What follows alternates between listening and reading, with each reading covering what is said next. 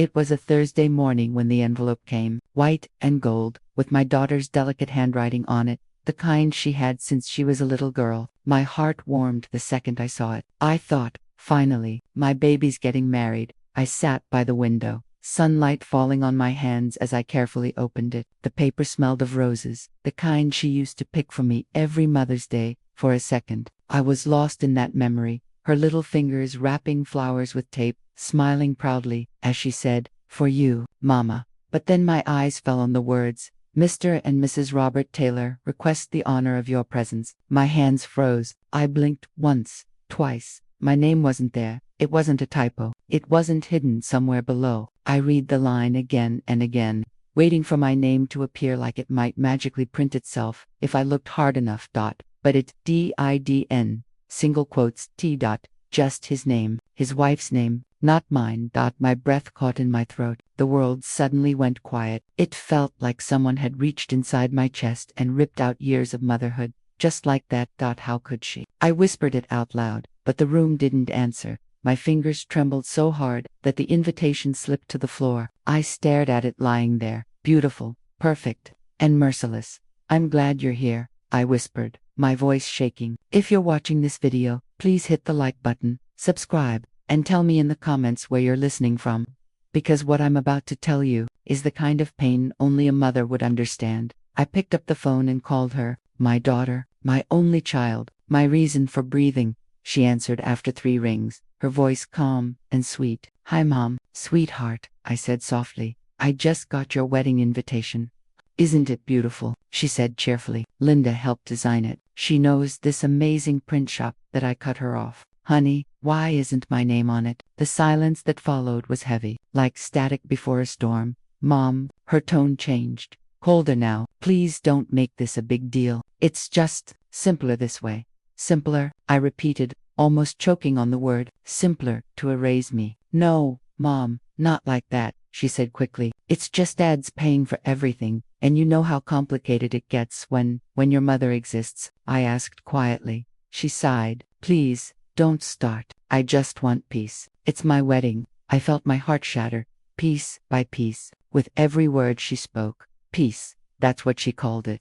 The peace that came from pretending I wasn't real. I hung up before my voice could break. I sat there, staring at the blank wall, feeling the silence fill every corner of the room. My little girl, my baby who once used to run into my arms every time she fell. Now she was marrying into a life that didn't include me. I tried to convince myself it didn't matter, that maybe it was just a printing mistake, or some silly wedding etiquette thing. But deep inside, I knew something had changed between us, something I never saw coming. That night, I opened my old wooden chest, the one filled with photo albums, the pictures of her first day at school, her 10th birthday, her graduation, all those moments where I was there, standing behind her, proud, invisible now. I flipped through the pages until my eyes blurred with tears. I whispered to myself, I raised her alone for years. I worked 2 jobs to buy her college books, and now I don't even exist on her wedding card. I could still hear her voice echoing in my head. "It's simpler this way. Simpler to erase a mother." The next morning, I woke up to my phone buzzing. It was a message from my sister, Karen. She wrote, "Just saw the wedding invite. Beautiful, but why isn't your name there?" I stared at the screen. My throat tightened again. Even she noticed. Even she saw how cruel it was. I didn't reply. I just typed and erased 12 times before throwing the phone aside.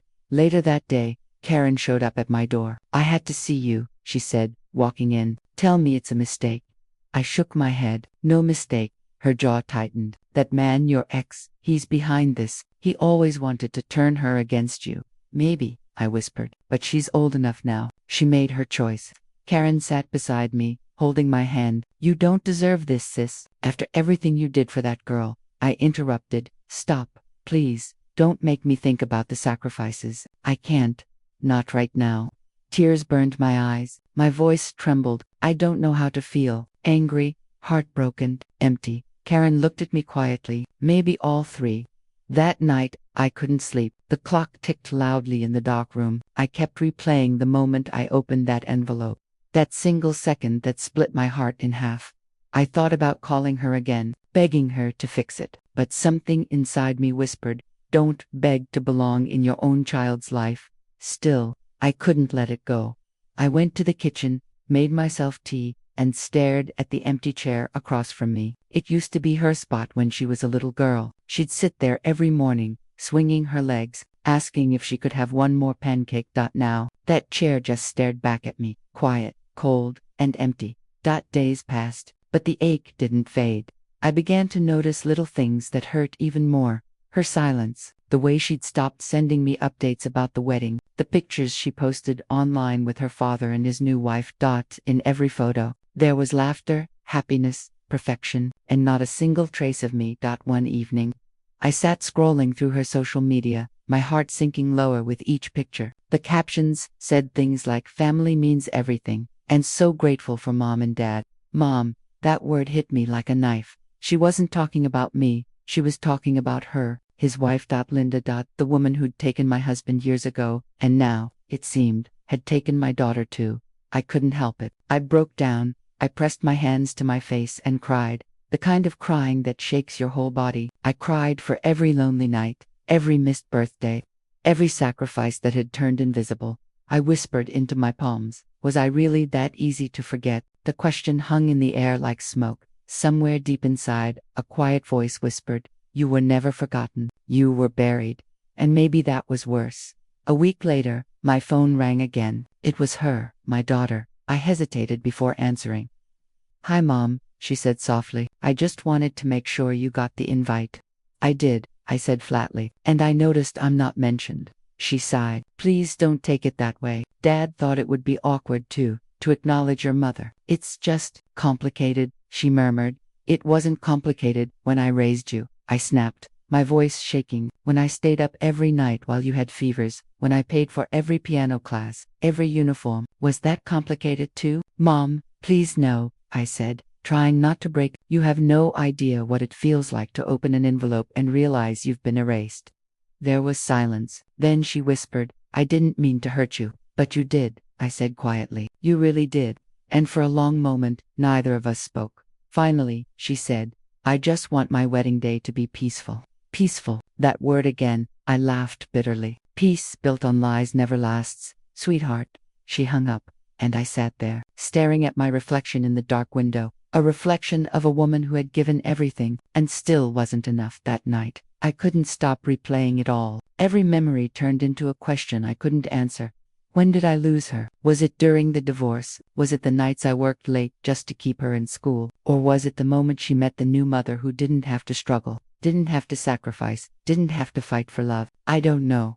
All I know is that I loved her with every breath I had, and somehow, love wasn't enough to keep my name alive. The next morning, I took that invitation and pinned it to my fridge. I wanted to remind myself that sometimes, life doesn't erase you suddenly, it fades you out, one omission at a time. At first, I thought the pain would dull, that I'd accept it quietly, attend the wedding, sit in the corner, and pretend I was fine. But as the days passed, something inside me started to change. It wasn't anger, not yet. It was something quieter, a slow burning ache that whispered, no, this isn't how your story ends. I began to remember who I used to be, before the marriage, before the divorce, before I was told to shrink myself for peace. I remembered the woman who had fought for everything she loved, and that woman was still alive somewhere inside me. One evening, as I sat by the window, Karen visited again. She placed her hand on mine and said, you don't deserve to be invisible. Her words sank deep into my heart.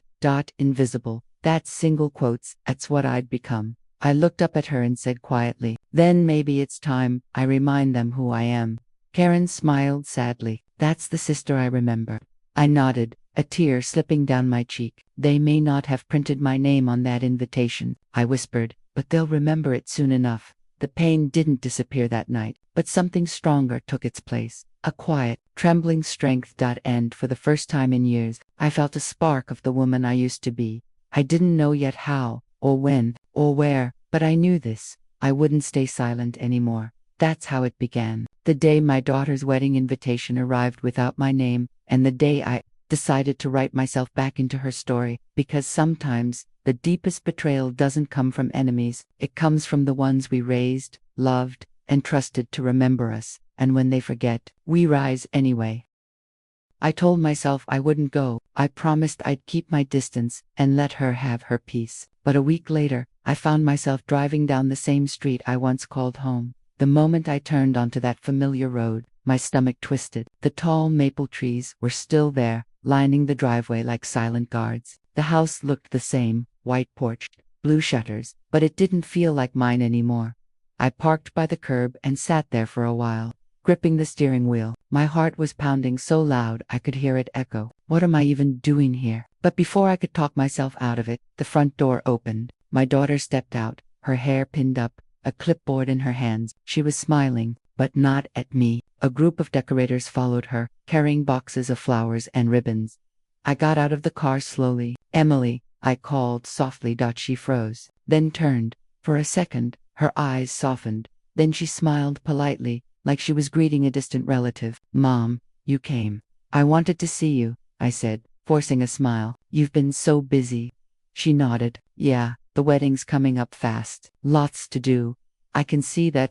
I glanced around the porch. It looks beautiful, thanks, she said quickly, already turning back to the decorators. Make sure those flowers go near the entrance, please. I stood there, feeling like a stranger, in a place I had once built with my own hands. As I stepped closer, I noticed something, the welcome mat. It didn't say the Taylors anymore. It said the Taylor family, Robert, Linda, and Emily. My name, erased again. I tried to keep my voice steady. Is your father home? He's in the back, she said. We're having the final walkthrough with the planner. Do you want to say hi? I nodded, even though my chest tightened at the thought. We walked through the hallway together. Every step felt like walking through memories, birthdays, Christmas mornings, nights of laughter, fights that turned into silence. But all the photos on the wall were new, not a single one from before the divorce. Only their smiles, my husband, his wife, and my daughter. I stopped in front of one photo. It was their family portrait, the same pose we used to have. My ex-husband standing behind Emily, his hand on her shoulder. Linda sitting beside them, wearing my old pearl necklace. My pearls. I blinked hard, trying not to lose control. She's wearing my jewelry, I whispered. Emily looked uncomfortable. She didn't know. Mom, Dad, gave them to her years ago. I laughed quietly. Oh, she knew. She turned away. Please don't start, Mom. I'm not starting, I said softly. I'm just remembering. We stepped out into the backyard, the same place where Emily once learned to ride her bike, where she'd fallen and cried until I kissed her scraped knee and told her she was brave. Now there were white tents, strings of fairy lights, and a fountain in the center. It looked like something from a magazine. My ex-husband Robert stood near the fountain talking to a wedding planner. His hair had grayed a bit, but his smile was still the same, charming, controlled. He saw me and froze for a second. Then he smiled politely, like I was an old acquaintance. Karen, he said, didn't expect to see you here. It's Mary, I corrected quietly. He smirked. Right, sorry, habit. That one word, habit, stung more than I wanted to admit. Emily stepped between us. Dad, Mom just wanted to see the setup. She won't stay long.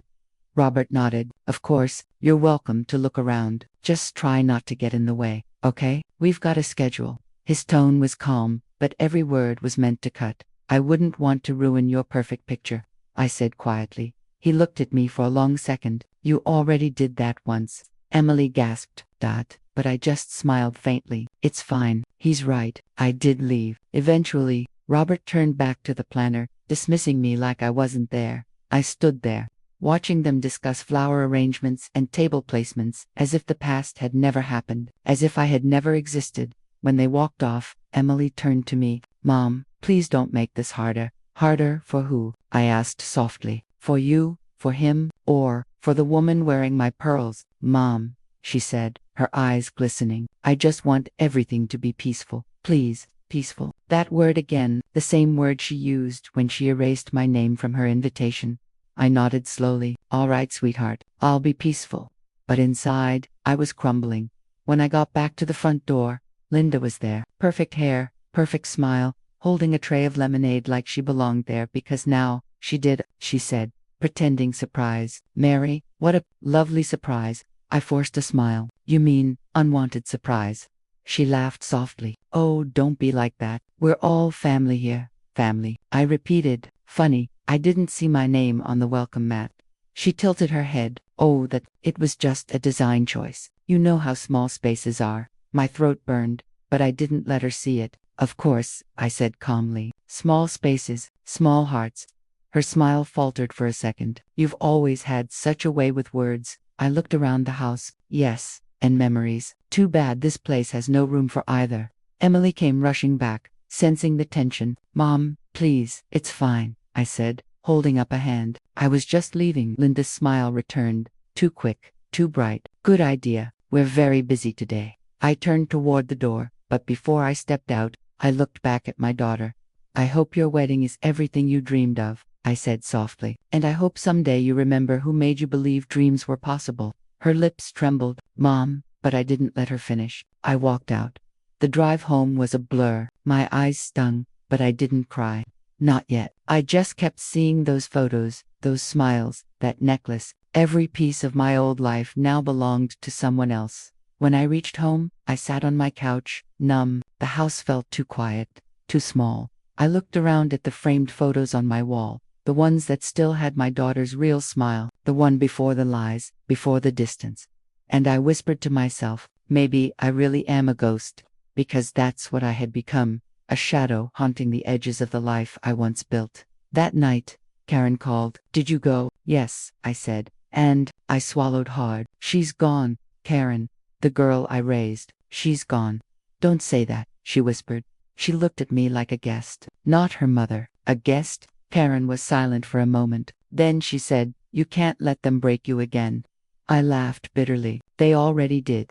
The next morning, I woke up with a heavy chest. I made coffee, sat by the window, and stared at the old mailbox across the street. For years, I used to wait there for my daughter's letters from college. She always signed them with love, M. Now. I couldn't remember the last time she said I love you to me. The wedding was just days away, and I hadn't been asked to do a thing. Not the dress, not the flowers, not even the guest list. Nothing. It felt like I was watching someone else's daughter get married. That afternoon, I got a message from one of my old neighbors. She sent a photo from the backyard, a group shot of the pre-wedding lunch, Robert, Linda, and Emily, all smiling. The caption said, "Family is forever."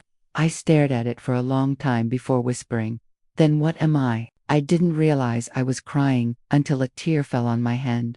Maybe this was my fault. Maybe I had spent too long hoping time would fix everything. But time doesn't heal what others keep reopening.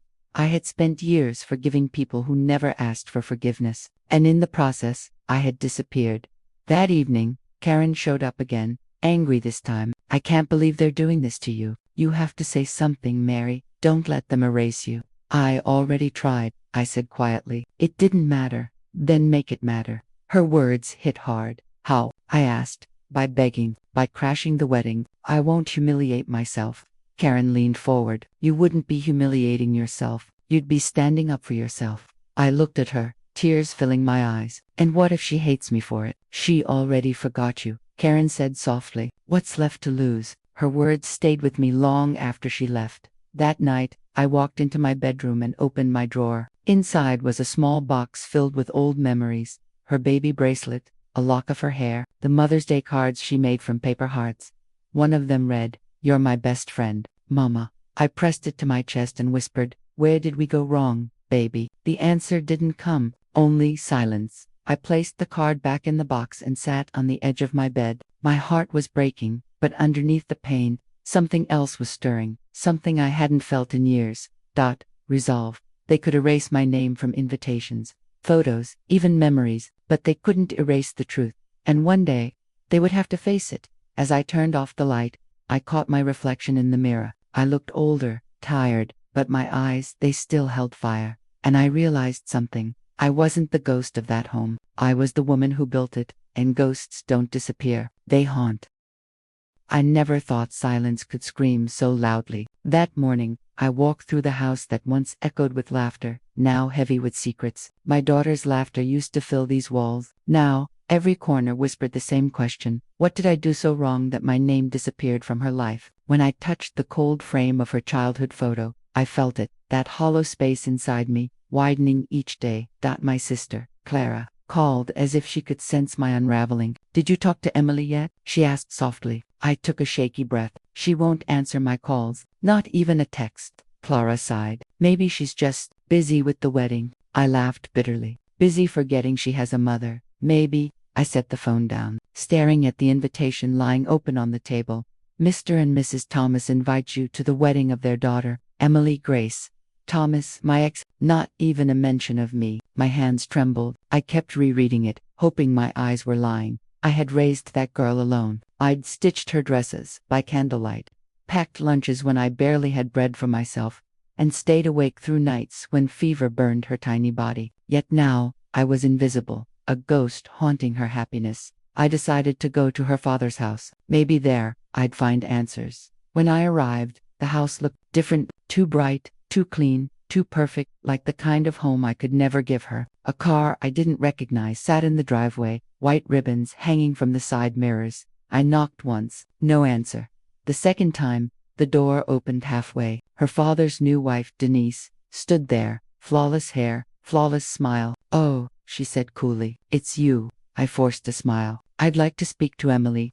"She's not here," Denise replied, leaning against the doorframe. "And even if she was, I don't think she'd want to see you right now." Her words hit me like a slap. "Why would you say that?" Denise's smile deepened, the kind people wear when they enjoy cruelty. "Because she finally realized she doesn't owe you anything." I swallowed hard. "I'm still her mother." "Are you?" she said softly. "You walked out years ago, didn't you?" My breath caught. "That's not true. Thomas asked me to leave when she interrupted. "When he caught you lying." "Yes, I know the story." I stepped back, shaking. "What are you talking about? What lies?" Denise crossed her arm. "You told Emily that her father never supported her, but she's seen the receipts, the money transfers, every month, for years." My heart dropped. "Yes," I whispered, "but that money never reached us. He said he couldn't afford more after the court settlement." Denise shrugged. "Maybe you should have kept better records, because now, everyone believes you took the money for yourself." I felt the world tilt. All these years of scraping by, of counting pennies, of being judged as a bitter ex-wife, and it was built on a lie I never even knew existed. I turned away before she could see me break. "Tell Emily," I said quietly, "that I never stopped loving her." Denise's voice followed me. "She doesn't want your love. She has a real family now." I walked back to my car, my vision blurred with tears. I sat there for what felt like hours, gripping the steering wheel until my knuckles turned white. How could Thomas twist the truth like that? He'd always been charming, always the hero in public, and I was the unstable one, the dramatic ex, the single mother who couldn't move on. That night, I couldn't sleep. I kept hearing Denise's words. "She has a real family now." I thought of Emily in a white dress, smiling, calling another woman mom. I went to my drawer and pulled out an old envelope, my copy of the divorce records, and there, tucked behind them, was something I hadn't noticed before, a letter from Thomas's lawyer dated years ago. It stated that he had agreed to stop sending funds directly and would handle child expenses through his accountant. My breath quickened. That meant he'd used an intermediary, someone who had never passed the money to me, someone who had stolen my child's support. Suddenly, every missing payment, every eviction notice, every hungry night made sense. Someone had built my suffering. The next morning, I called Thomas. He answered after a long pause. "Hello, it's me," I said. My voice was shaking. "I need to talk," he sighed. "Now's not a good time. It's about Emily's wedding." A silence stretched. "Don't make this harder, Margaret." "I'm not. I just want to know why my name isn't on the invitation." He exhaled sharply. "Because Emily didn't want it there." "Why?" I demanded. He hesitated. "She found out about the money. She said she can't forgive what you did." I felt tears rising. "Thomas, you know I never saw that money." He chuckled coldly. "That's not what my accountant told me. You signed the receipts." "I never signed anything." I cried. He didn't respond, just hung up. The room felt smaller after that call. My knees gave out, and I slid to the floor, clutching the phone like it could somehow explain everything. Later that day, I went to see Clara again. She took one look at me and said, "What happened?" I told her everything, every missing dollar, every twisted story. She listened quietly, then said, "Margaret, you need proof." We spent hours searching through my old documents, and then Clara gasped, pulling a folder from a dusty box. Inside were copies of checks, None of them in my handwriting. My signature had been forged. Thomas, I whispered. He forged them. Clara nodded slowly. If Emily saw these, she'd believe you. I felt a surge of hope, fragile but real. For the first time in years, I had something solid, something that could clear my name. But even as I held those papers, a chill crept down my spine. Thomas had always been careful. If I confronted him, he'd find a way to twist it again. That evening, I saw Emily's new engagement post online. Her smile was radiant, her fiancé standing beside her. My name wasn't tagged, but Denise's was. She captioned it, "Grateful for the family that stood by me when others didn't." I stared at that line until the letters blurred. Clara whispered beside me, "You have to fight for the truth." "I will," I said softly, "but not for revenge. For her to know who I really am."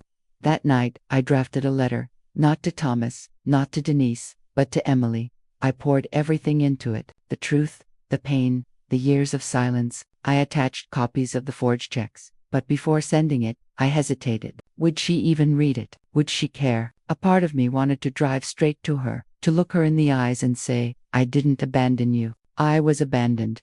Instead, I sealed the envelope and placed it by the window, where moonlight touched it like a quiet promise. As I sat there, I realized something. For years, they'd told me half-truths, little lies wrapped in polite words, but what they never told me was that silence itself can destroy a person faster than hatred.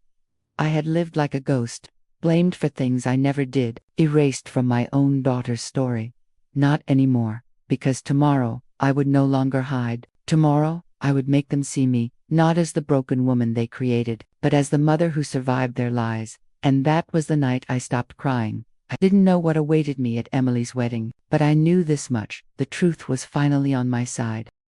The next morning, I woke up with a fire in my chest. For years, I'd cried quietly, hoping time would fix what lies had broken. But that morning, I wasn't crying. I was done. I stared at the letter I'd written for Emily, the one with all the proof. The sun was rising, soft and gold, but I didn't feel warm. I felt something else, the kind of calm that comes before a storm. Clara called while I was getting ready. "Are you really going to the wedding?" she asked, voice trembling. "Yes," I said simply. "She deserves to hear the truth from me." She sighed. "Then you'd better be ready for what comes next." I looked at my reflection. I already am.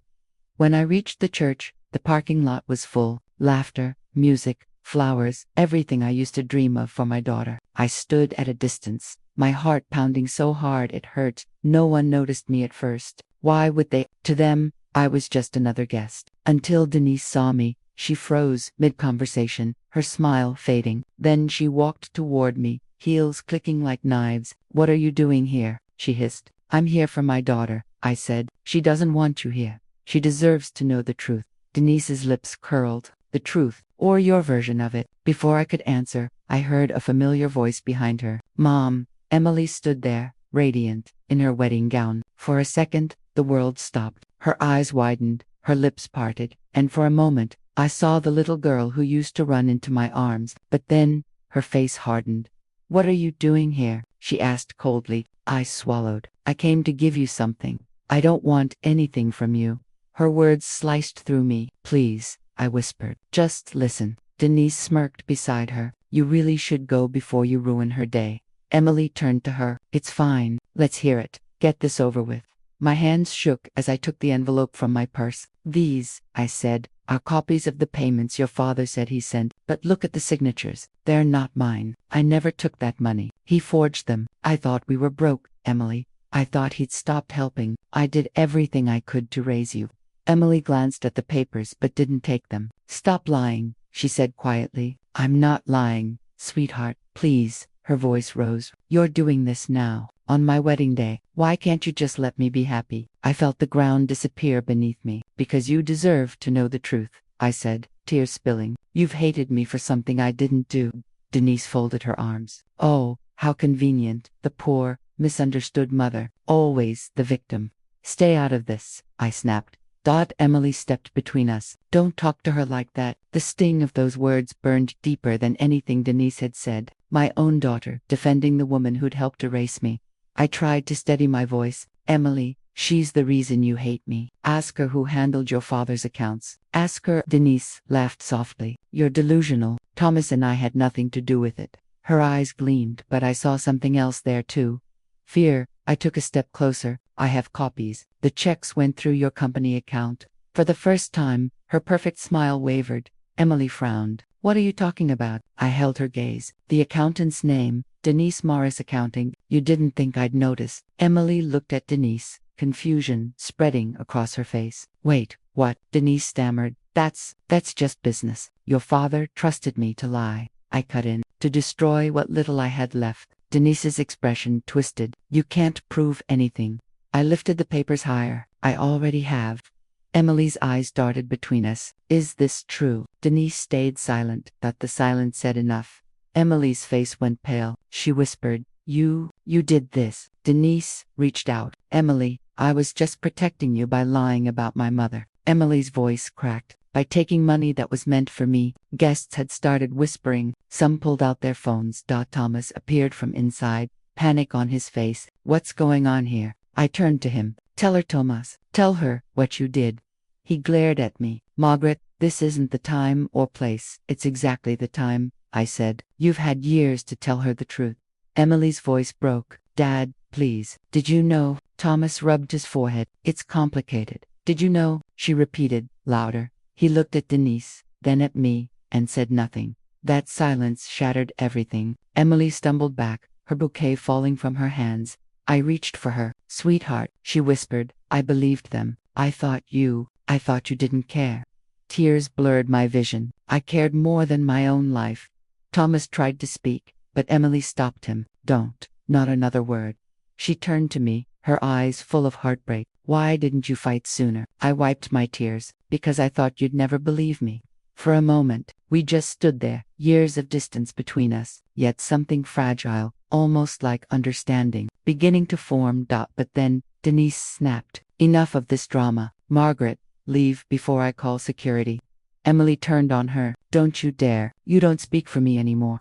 The crowd gasped. Thomas grabbed Denise's arm, but she pulled away. She's manipulating you, she shouted. No, Emily said quietly. You did. Denise's face crumbled. She stormed off toward the parking lot, muttering under her breath. Thomas followed her, shouting her name, and just like that, the noise faded. The whispers died down. It was just me and my daughter.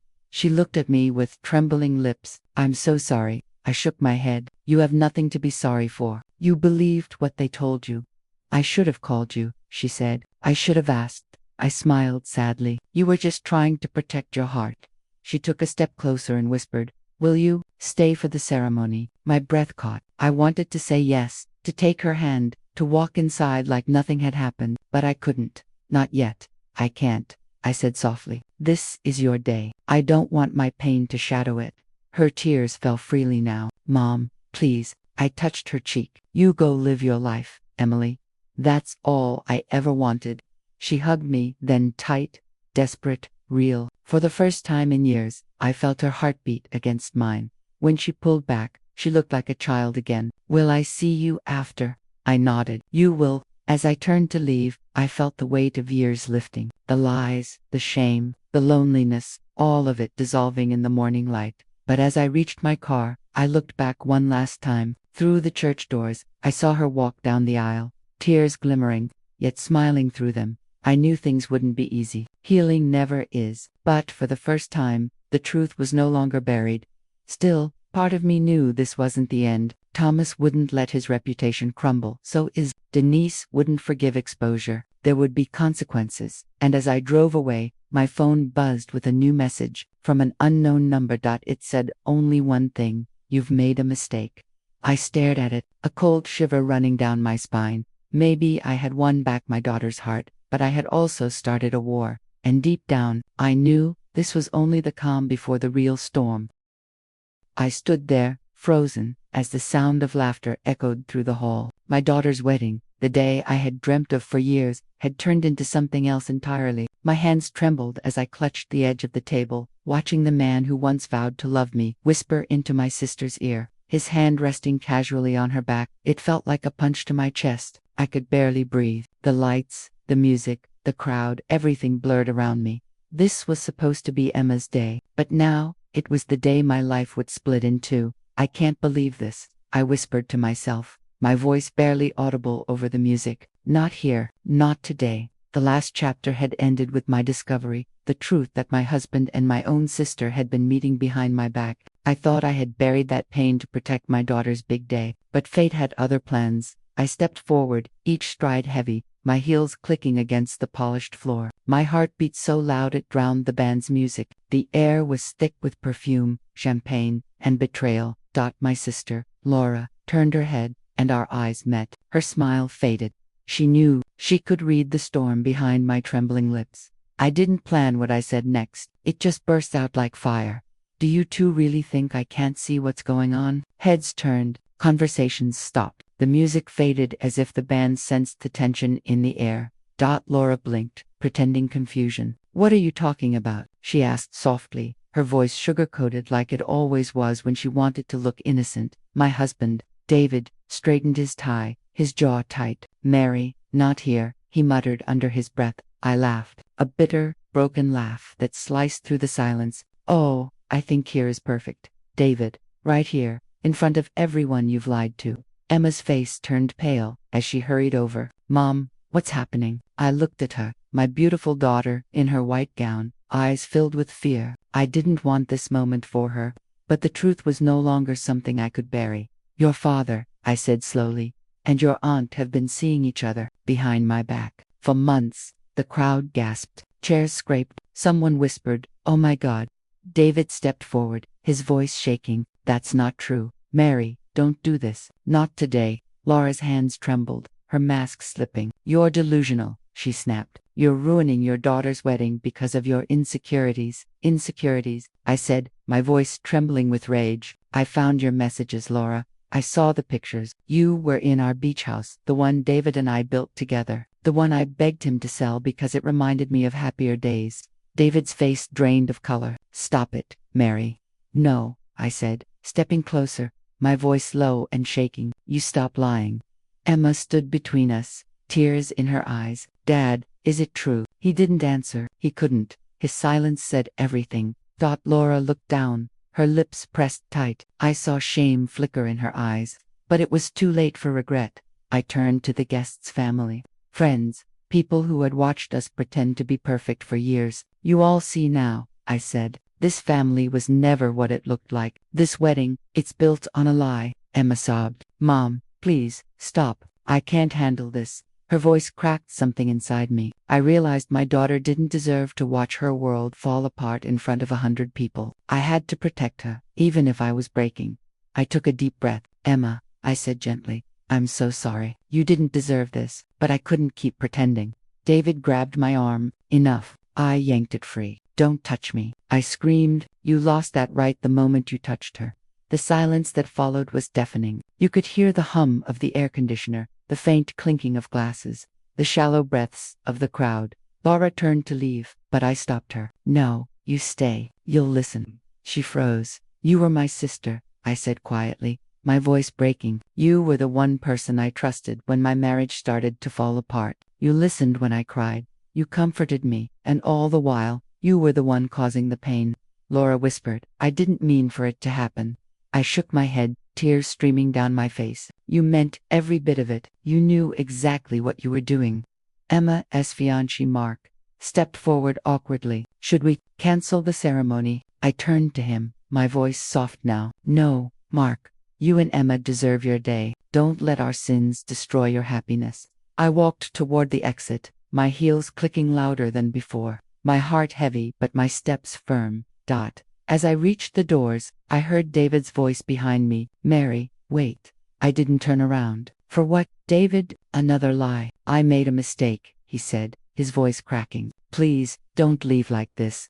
I stopped for a moment. The sound of rain started tapping against the windows. You didn't just make a mistake, David. You made a choice. And now, I'm making mine. I walked out. The cold air hit me, and it felt like freedom and heartbreak mixed into one. The next morning, I sat by the window of my quiet house. The wedding photos were scattered across the table, untouched. The flowers had wilted. The house felt emptier than ever. Yet somehow, lighter. Emma came by later, her eyes red. Mom, I don't know what to do, she said softly. I took her hand. You go live your life. sweetheart. Don't let what your father did define love for you. She cried in my arms for a long time. I still can't believe Aunt Laura could do this. I brushed her hair gently. Betrayal never comes from strangers, darling. That's what makes it hurt so much. For weeks, the house stayed silent. No calls from David, no messages from Laura. Just quiet, the kind that forces you to face yourself. One evening, I got a letter. It was from Laura. The handwriting was familiar, trembling. Mary, I know you'll never forgive me, but I want you to know I ended things with David. It wasn't love, it was weakness. I lost my sister because I couldn't handle my own loneliness. I'll carry that shame forever. I tore the letter in half. Some things didn't deserve closure, but closure came in other ways. I started painting again. I reopened my little antique store. Slowly, I found myself breathing without guilt, without fear. One afternoon, Emma visited with photos from her honeymoon. She smiled for the first time in weeks. "Mom, we're okay," she said. I smiled back. "Good. That's all I ever wanted." She hesitated. Dad called. He said he wants to talk. I looked at her for a long moment. "Maybe someday," I said quietly, "but not today."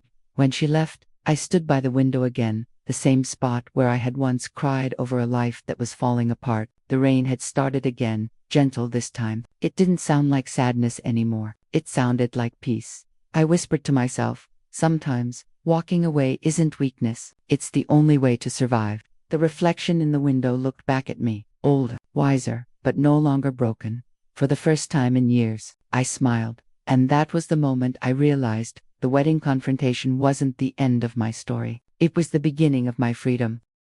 When I walked out of that wedding hall, I thought it was the end of my marriage, my sisterhood, and the image I had spent decades protecting. But sometimes, endings are only the start of something far deeper. It had been 6 months since the confrontation. 6 months since I had stood in front of my family and exposed the truth I had carried like a knife in my chest. The whispers had spread fast. Mary destroyed her daughter's wedding. Mary lost her mind. But the truth had set me free. Still, freedom didn't erase the pain. One afternoon, I walked into the local grocery store and heard 2 women whisper near the fruit section. "That's her," one of them murmured, "the one who ruined her daughter's wedding." I clenched my hands around the basket. Every word felt like a stone thrown at me. I wanted to tell them I didn't ruin anything. I saved my daughter from living in a family built on deceit. But I kept walking. Silence became my armor. At home, the walls still carried echoes of my past life. The framed wedding photo of David and me was gone, replaced by one of Emma smiling in her new home. I had started over slowly, painfully, but with purpose. One morning, Emma called. Her voice was quiet, careful. "Mom, Dad wants to meet. He says it's important." I froze. "Why now?" "He's been sick," she whispered. "Not serious, but I think he wants to talk to you before things get worse." I didn't answer right away. A part of me wanted to hang up, to keep my peace untouched. But another part, the one that still remembered the man who once held my hand through every storm, couldn't ignore it. "All right," I said finally. "Tell him to come tomorrow." Just him. That night, I couldn't sleep. My mind kept replaying that moment at the wedding. His silence, his guilt, his eyes avoiding mine. What could he possibly say now that would matter? The next day, I sat by the window, waiting. When the doorbell rang, my heart pounded like it used to when he'd come home late. And I'd pretend not to care. David looked older when I opened the door. His hair had more gray than I remembered. His eyes, once sharp and proud, now looked tired. "Mary," he said softly, "you look well." I crossed my arms. "You didn't come to talk about how I look."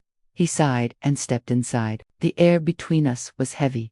"I came to apologize," he began, "for everything, for the lies, the pain, the humiliation I caused." I stayed silent, watching him struggle with the weight of his own words. "I thought I loved her," he continued, his voice cracking. "I thought I was missing something in my life. But when you walked away, I realized it was you I had been losing for years." I laughed bitterly. "You realized that after destroying our family." He lowered his head. "I deserved that." "Deserved?" I said sharply. "You deserved to live with what you did. You destroyed trust, not just mine, but Emma's too. Do you know she still flinches when people mention love?" He looked at me, eyes wet. "I didn't want to hurt her." "But you did," I whispered. "We all did." He nodded slowly. "Laura's gone. She left a few weeks after you did. Said she couldn't live with what she'd done. I haven't heard from her since."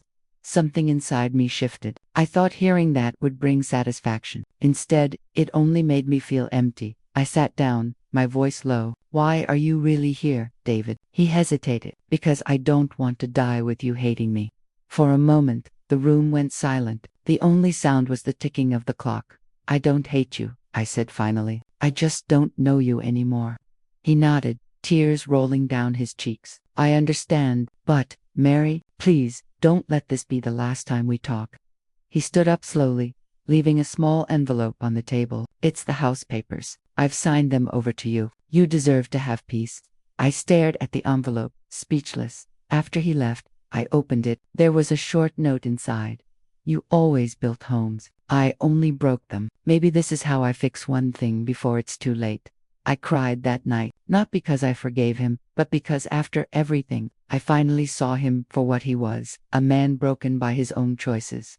Weeks passed, and word spread that David had moved away. Some said he went abroad for treatment. I didn't ask. I had stopped chasing closure from people who thrived on my silence.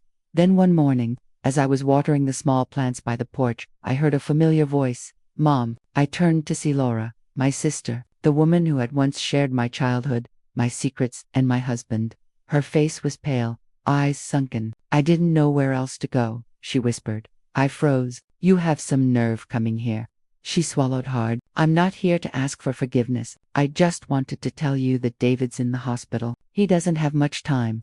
My chest tightened. Why are you telling me this? Because he keeps asking for you, she said. He wants to see you one last time. I wanted to slam the door, to tell her that some wounds never closed, but the truth was, I wasn't angry anymore. I was tired. When I asked quietly. Tomorrow morning. That night, I sat on the couch holding a photo, the three of us at a family barbecue years ago. We were laughing. It looked so real back then. The next morning, I went to the hospital. The smell of antiseptic filled the air. When I walked into his room, he smiled weakly. You came, he whispered.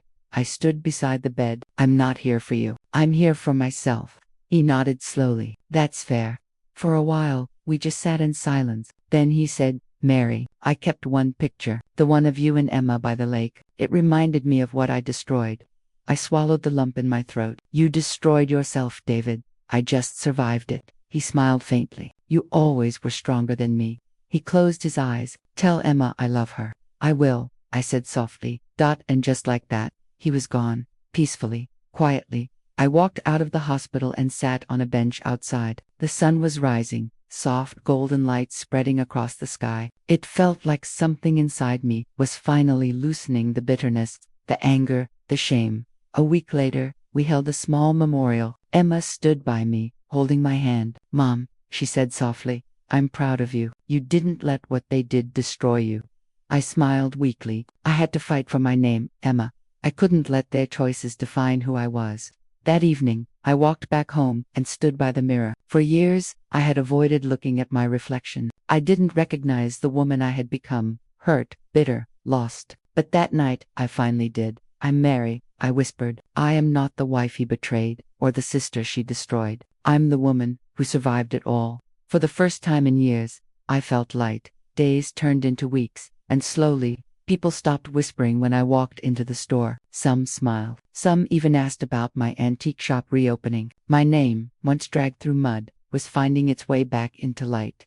Emma helped me paint the store again. We'll call it Second Chances, she said. I smiled. That's perfect. As the sun set that evening, I looked around the shop. Fresh paint, new life, and no ghosts left in the corners.